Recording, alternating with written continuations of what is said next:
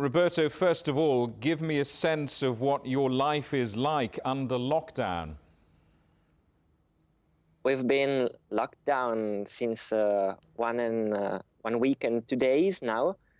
It's been a very tough week, let's say, kind of boring because we are locked inside these 10 cities.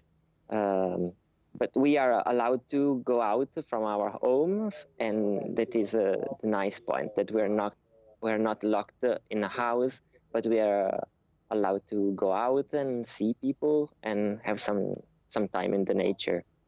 So what are you not allowed to do during lockdown? We're not allowed to go from one city to outside the red zone. So now that we live in the red zone, we must stay here. We're not allowed to have trips, travels, and to move around and not to work. Roberto, coronavirus, COVID-19 is spreading throughout the world. As you're in lockdown, what advice would you give to other people who might find that they have to stay at home for 2 weeks? What might you have done differently? What are you missing? Well, my first advice is not to panic. It's important to maintain rationality, and of course it's of vital importance to refuse any fake news, any information that doesn't come from trust sources. So let's stick to the sources that are scientific and that come from the government, because it's the only way to get out from the coronavirus problem. And secondly, I would say that nobody needs to go to looter the supermarkets and to prepare like for a nuclear destruction of the planet. It's not happening that. It's an illness. We must be prepared. We must be cautious, but it's important not to panic and to be rational all the time.